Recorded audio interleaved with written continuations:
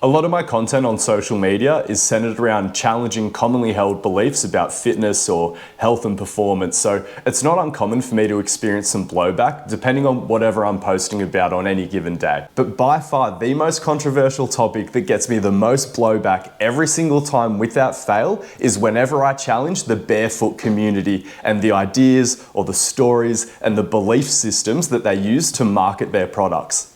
Also, sorry, the reason I've been a little bit quiet on YouTube lately is I was just putting in a lot of work for my GPP Level 1 course, which is out now. You can check that out down below, but let's get back into the video. What I find really interesting about the whole barefoot community or cult as it's starting to become is there's a lot of people who've supposedly built their whole brand around no bullshit fitness advice or debunking a lot of other incorrect or potentially harmful beliefs around fitness, yet they all still buy into this crazy idea that anything that's not a barefoot shoe or barefoot training itself is incredibly harmful for your health and your performance. And it's this really interesting overlap between the woo-woo fitness charlatan community and then like the no BS fitness advice community, all spruiking the benefits of these barefoot shoes or warning you about the dangers of normal comfortable footwear, that leads to all sorts of interesting justifications for why you need to buy these barefoot shoes. Otherwise all your training is going to be a waste of time, your feet are going to be horribly deformed, and you're going to be in pain for the rest of your life.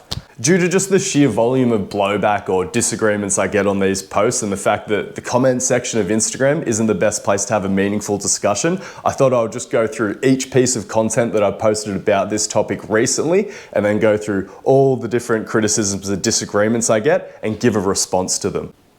Alright, so what's interesting about this first piece of content is it's not even about barefoot shoes. It's sort of just saying that as long as you're comfortable in whatever shoes you're wearing and you feel safe and stable, you should be fine.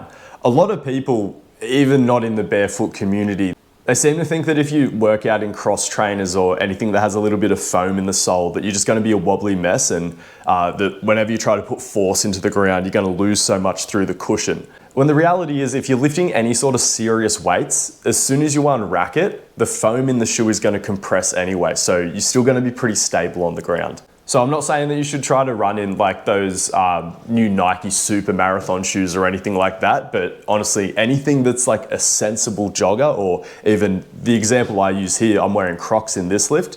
Yeah, I think you'd be surprised how stable you are. Probably the only thing where it really costs you having a lot of foam in your shoe is in a deadlift, where even once the foam's compressed, it probably is adding a little bit of range of motion to the lift, so that might make you a little bit weaker. But yeah, generally speaking, for anyone who just wants to get a lift in, squishy shoes are completely fine. Like I said, the key thing being that you feel comfortable and safe in them. Yeah, take it from someone who has clean and jerked and snatched 90% of their best wearing Crocs. I've Zercher squatted my max in Crocs. I've Zercher cleaned 140 kilos in Crocs. And again, a lot of people don't like me appealing to my own authority because I'm kind of strong, but I'm not that strong.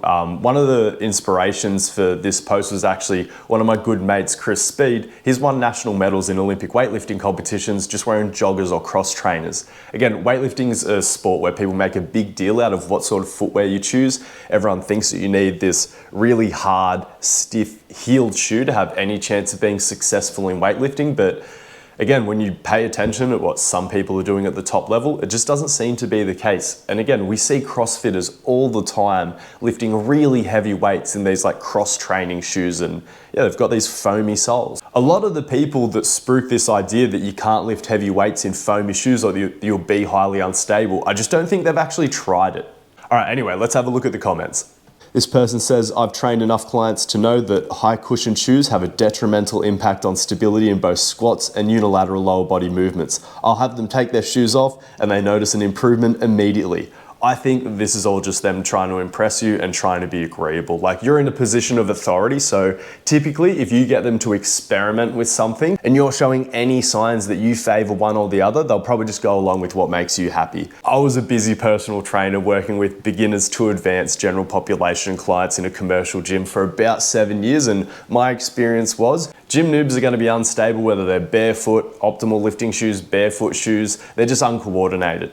Maybe if you're technically proficient in the lift or an experienced lifter in tune with your body. Squishy shoes would make a lot of people more likely to go into valgus, I imagine. So This is the thing. I mean, I probably need to do a whole video on why you don't need to worry about going into valgus when you're squatting, and why valgus probably isn't as common in bilateral squats as what people think. But even if this was the case, there's been no evidence to demonstrate that going into valgus is a risk factor for knee injury when you're on two legs and moving at such low velocities. A lot of the research that shows knee valgus being a risk factor is people landing on one leg and moving at higher velocities. And also doing it in way less controlled environments. So many people try to apply research on injuries that's happened in really extreme, intense environments and then apply it to something that's really slow, stable, and controlled like the gym environment.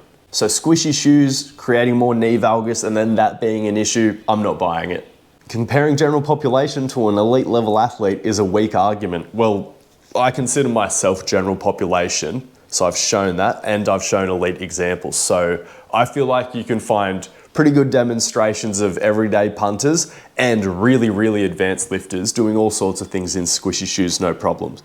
Okay, and then later in the week, I responded to this piece of content promoting barefoot shoes for lifting, or the dangers of normal fashionable shoes for lifting. These are not workout shoes, they're just fashion. I think that's a little bit harsh. These are not training shoes, they're just a trend.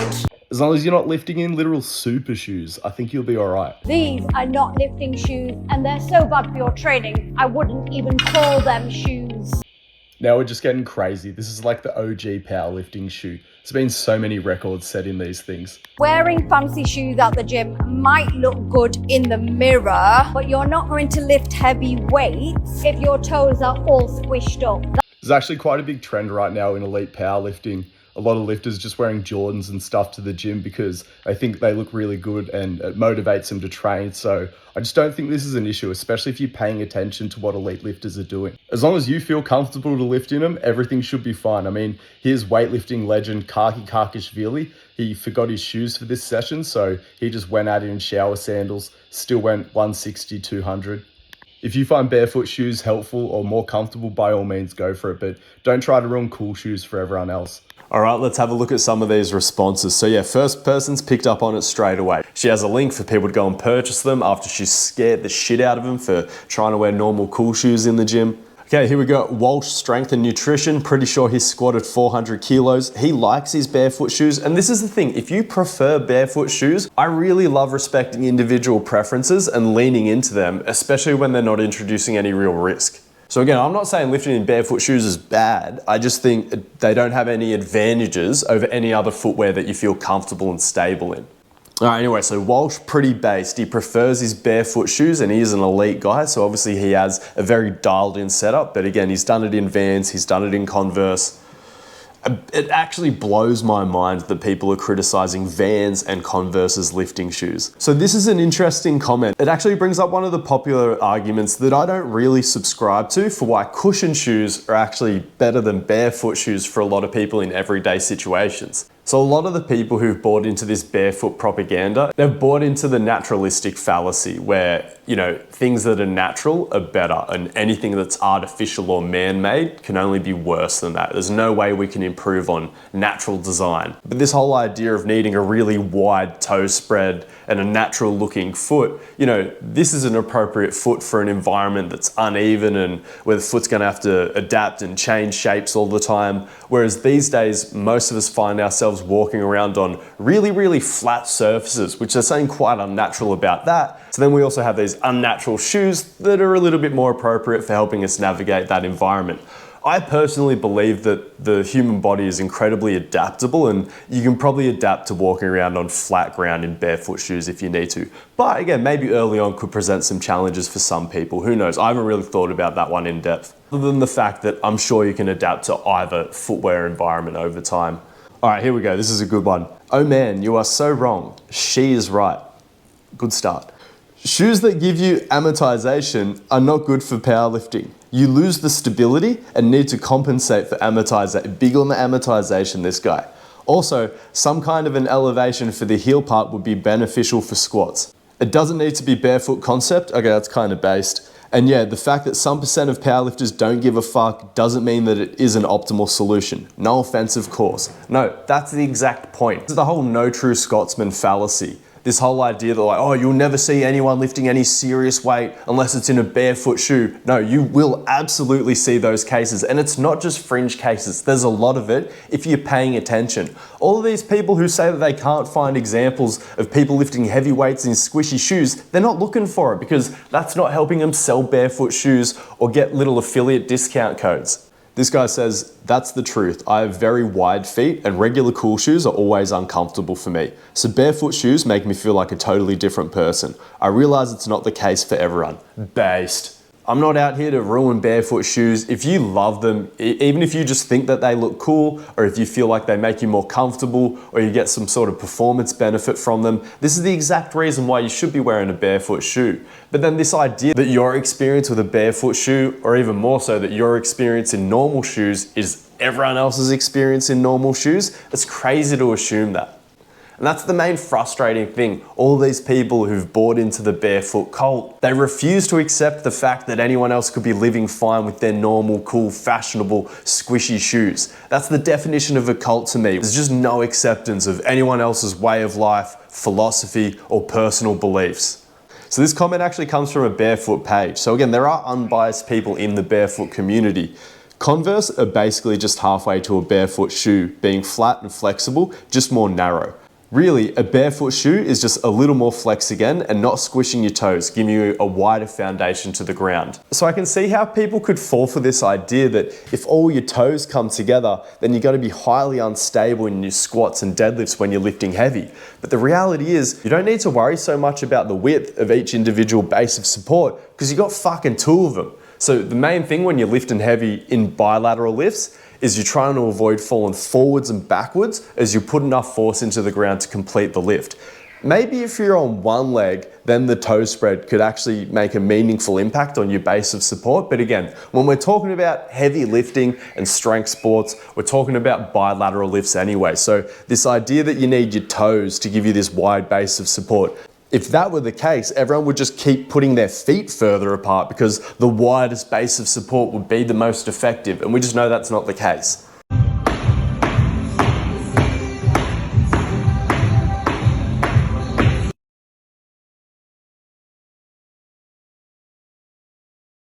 All right, so definitely committing some logical fallacies on my end here, but I was making a meme at the end of the day, so I think as long as your overall point is correct, it's okay to make a few fallacious claims or hyperbolize a bit, but let's see what people had to say about it. All right, so first big disagreement. I love the humor, but can't we do it all? Lift heavy, jump, wear barefoot shoes, and dabble with toe spaces if your shoes are fucked? No one's saying that you can't do that. And so this is the thing, barefoot people, whenever you say that the barefoot shoes or the toe spreaders or the weird foot exercises aren't essential, they'll be like, no, but what's wrong with doing them? This is everyone else's argument from the start who's not in the barefoot cult. We just want to wear our squishy shoes because it's serving us, or we feel like they look cool and they're comfortable and they're stable enough. Why can't we do that? That's our point. Don't try to flip it on us. Classic barefoot cult gaslighting. So this is the thing, I think lifting heavy is good. You don't have to do it if you don't think it serves you. I think jumping is good. I don't think you have to do it. Wearing barefoot shoes, I think it can be helpful to some people. I think it's utterly pointless and makes you look like a dork for 90% of people. And dabble with toe spaces. No one's here to make toe spaces illegal. It's just them getting pushed on everyone who has smushed together toes. What if I like my smushed together toes? And then when I point this out to them, he goes, yeah, that's fair enough. They also are a problem for a lot of people. It depends on the individual. Why didn't you bring that up at the start? It's always like, no, everyone should be wearing this shit. And then when you start to peel back their fallacies, they're like, oh no, it's just, everyone should do what's right for them.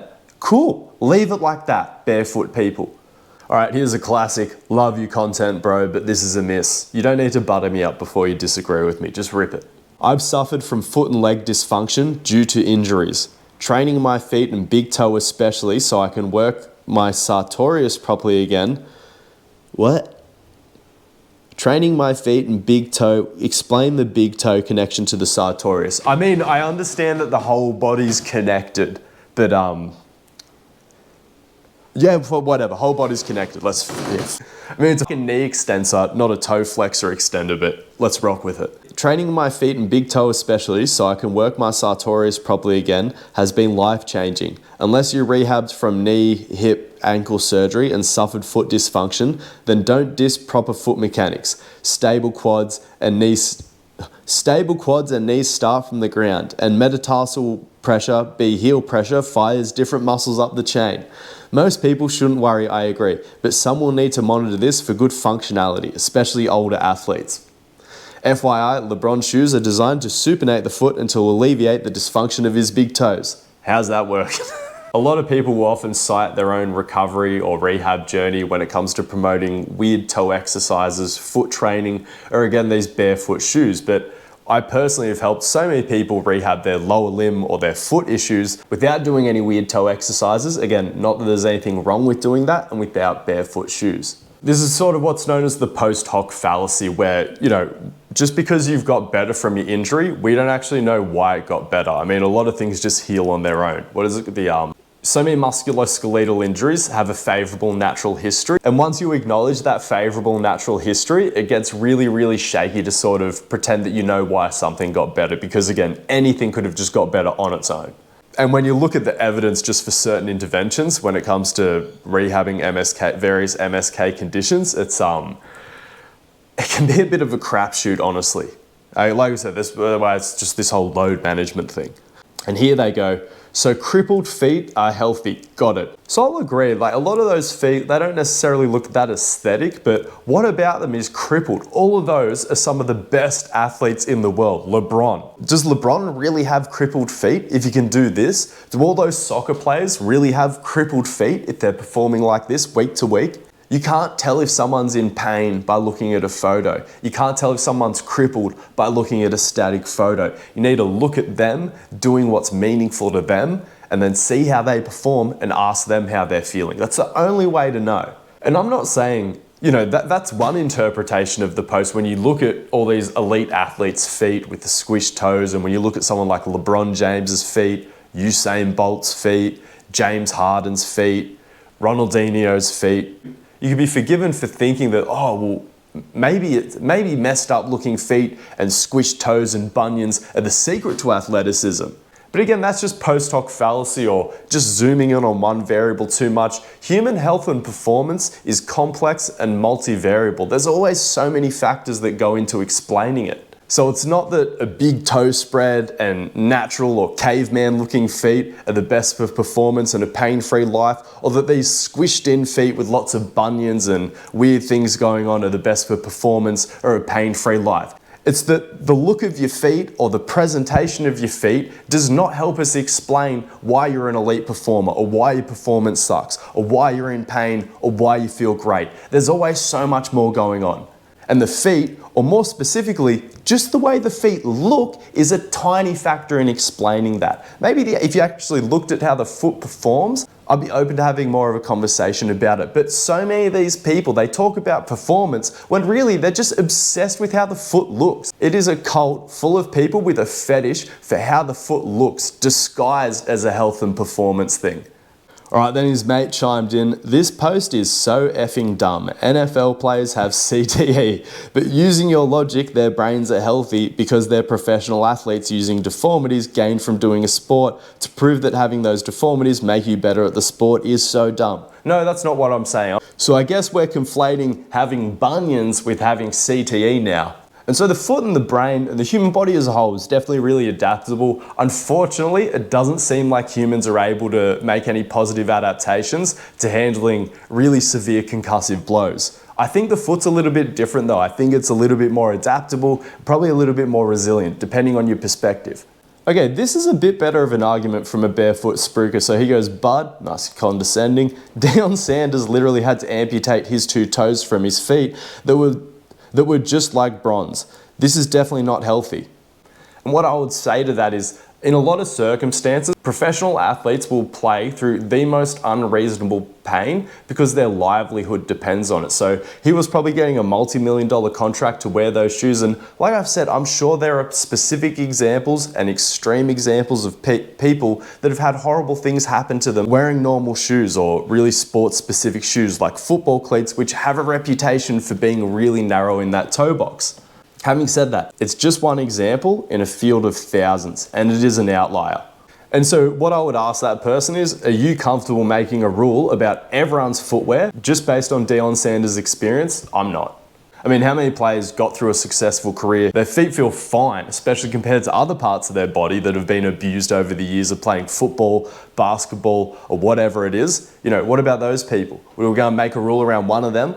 LeBron James' foot is like this because of the constant pressure in his shoes. That is definitely not healthy. How do you know that's not healthy if it's the way that he stays physically active, it earns him his livelihood? Like, is LeBron okay? Isn't LeBron James one of the most resilient and successful players of all time? Again, he's a bit of an outlier, but he's definitely not evidence of the negatives of wearing squishy shoes in athletic scenarios. I don't understand this guy's hate of minimalist shoe people, since he seems to be attacking them from the standpoint that they are not better for performance. But most people I've seen who argue in favor of minimalist shoes do so from a health perspective, not a performance perspective. They do both, and they're both bullshit. Exactly, it depends what you are aiming for, increasing performance or for physiological health. A bit of a superfluous word there. Again, I don't think you can make a strong case that wearing barefoot shoes guarantees increases in performance or health. Like I said, unless that's just the one set of shoes that you feel really comfortable in, then it will probably have positive impacts. Okay, someone did just ask, do you think having a foot deformity gives you an advantage? And so this is the thing. I think that for sure a lot of these athletes' feet are being shaped by their footwear, and there's a strong chance that a lot of these adaptations are favorable. But then I also don't want to be a hypocrite and just make some post hoc rationalization. What I know is that all these athletes are successful and obviously pain-free enough to perform at a really high level for a really long period of time. So I'm just not willing to say that the way that their feet look helps us fully explain either outcome, whether they're in crippling pain and a poor performer, or they've never felt better in their life and they're performing really good. Again, just the look of the feet, it's such a small factor. Okay, here's another one. Using LeBron James as a benchmark for strong feet is an oversimplification. I mean, his feet look pretty strong to me. I mean, I don't know how you could do what LeBron does without strong feet, but yeah, let's go on. With those deformities, he likely relies on more ankle stability than foot function. I'd love to know how you're assessing that. Sad that this is what it takes to create engagement. Love the rest of your strengthening content though, just not this routine rage bait post. I mean, excuse me. So I'm not just antagonizing the barefoot community for no reason. This is some pushback for them trying to push these shoes on everyone else who feels fine in whatever shoes they're already wearing. And all these people who are just creating unnecessary fear and neuroticism about how your feet look. Performance is not a beauty pageant. I don't know how many times we have to drill this home. If you want a beauty pageant, go into bodybuilding, where they still don't care how your feet look, funny enough. This is a crazy take. Normal shoes lead to way more foot deformities. Again, who cares about how your feet look? Oh, if they just admit that it's about having sexy feet, I'm fine with it. Then it can just be this honest thing where it's like, you know, if you want to have, well, see, this is the thing, we're getting into really subjective territory here. I personally like the smushed together toes because I associate it with high performance and cool shoes. When I see the big toe spread, kind of wigs me out, kind of makes me think of Neanderthals and stuff. So I would agree that what you wear on your feet day in, day out, not necessarily deforms your feet, but will impact the look or presentation of your feet, no doubt. They are a leading cause of bunions, acquired foot flatness, knee and back pains, especially with the elevated heel. Okay, so there's a bunch of shit in here. I'm pretty sure the leading cause of bunion is genetics, according to the research. Not 100% sure on that. I'd be willing to accept that shoes have an impact on that. I just don't think bunions are that big of a deal. Acquired foot flatness, again, as someone who's had rigid high arches for most of their life, I would trade everything to have flat feet. All my super athletic mates and all my most athletic clients have really flat feet. Again, I'm not saying that that's why they're athletic, but it's definitely something I've picked up on.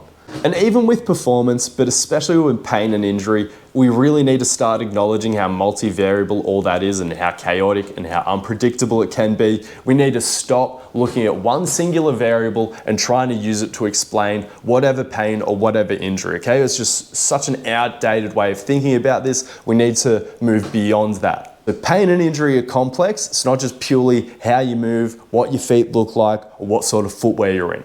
Let's just imagine you, but your hands in oven mitts your whole life. Alright.